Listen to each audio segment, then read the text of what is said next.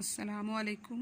9th class आपकी 20 मई की diary है, रसीद नंबर 2 जो आपकी क़वाइद इंशा की बुक में मौजूद है।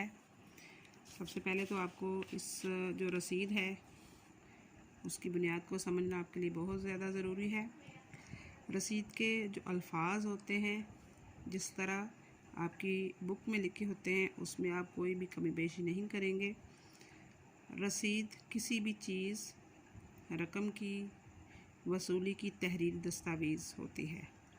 ऐसी दस्तावेज़ होने की सूरत में कोई किसी से दोबारा किसी रकम या चीज़ की वापसी का मुतालबा नहीं कर सकते। तो क्योंकि ये इस्लामी तौर पर हुक्म भी है और इस पर गवाहों के दस्तखत भी होते हैं, इस वजह से कोई लड़ाई झगड़े का मामला पेश नहीं आता, बल्कि इस रसीद को लिखने की वजह से चीज़ों की लेन देन या जिस चीज़ की कीमत की अदायगी होती है उसमें बहुत ज़्यादा आसानी रहती है। जी, इस वक्त हमने रसीद नंबर 2 करनी है। इसमें मुबल्लिग 5,000 रुपये, जब भी कोई रसीद लिखी जाती है उसमें जिस चीज़ की रकम या जितनी भी रकम हो उसके साथ ज़रूर ये अल्फाज अदा होते हैं कि उनका निसफ़ भी लिखा जाता है। निसफ़ कहते हैं आधे को। देखिए रसीद नंबर 2 में लिखा हुआ है मुबल्लिग 5,000 रुपये, निसफ़ जिनके 2,500 होते हैं। जी, इसमें पहले जो रकम है वो लिखी होती है, फिर उसके आगे ये लिखा होता है कि जिनका आधा कितना होता है, ताकि जो पहले रकम लिखी हुई है उसमें कोई कमी बेशी ना की जा सके। उसका आधा भी लिख दिया होता है तो रकम जो है वो उतनी की उतनी ही रहेगी। यानी 5,000 लिखा है तो उसके साथ 5,000 के साथ कोई लिखने वाला 100 का 50 का कोई इजाफा ना कर पाए। इस वजह से उस रकम के आधा हिस्सा भी साथ लिखा जाता है। यानी मुबल्लिग 5,000 रुपये, निसफ़ जिनके 2,500 होते हैं। अज़ा मोहम्मद मुजीब लिखा, अज़ा का से मुराद होती है कि इसकी तरफ से जिसने कोई रकम अदा की है उसकी तरफ से अज़ा मोहम्मद मुजीब वल्द मोहम्मद इलियास लिखा हुआ है, इस वजह से कि इनकी तरफ से रकम जो है इतनी अदा हुई है। बाबत, बाबत कहते हैं बारे में, यानी किस चीज़ के बारे में ये रकम अदा हुई। बाबत कीमत, गंदम यानी गंदम की कीमत के बारे में ये रकम वसूल पाई है।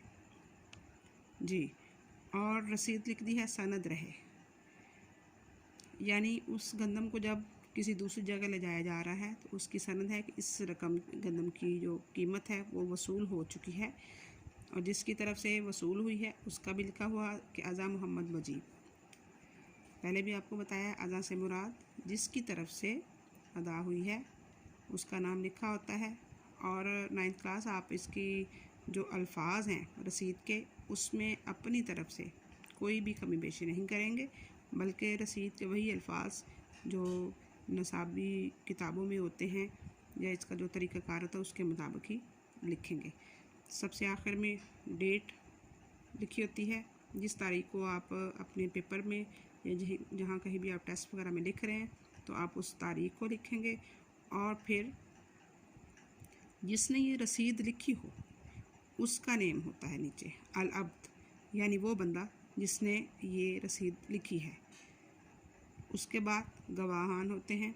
गवाहान से मुराद गवाहों की जमा है, एक गवाह हो तो गवाह होता है, जब ज़्यादा गवाह तो गवाहान। फिर उनके गवाहों के नाम होते हैं। जी, नाम उनके लिखने के बाद साकन, साकन से मुराद होती है कि वो बंदा किस जगह का रहायशी है। मस्कन लफ्ज़ होता है कि रहने को कहते हैं सुकूनत, और मस्कन किसी जगह के कोई इंसान जहाँ कहीं रहता है उसका घर है या जिस शहर से उसका ताल्लुक़ है। साकन आगे जिस शहर का भी आप जिस शहर में मौजूद हैं आप उस शहर का नाम लिखेंगे। यहाँ पे मामू काजन समुंदरी लिखा हुआ है तो आप जो है वो जब रसीद लिखें तो आप फैसलाबाद लिखेंगे, और रसीद के अल्फाज जिस तरह लिखे होते हैं वैसे ही लिखेंगे, सिर्फ़ उसमें शहर का और तारीख़ का जो तब्दीली है वो आप करेंगे।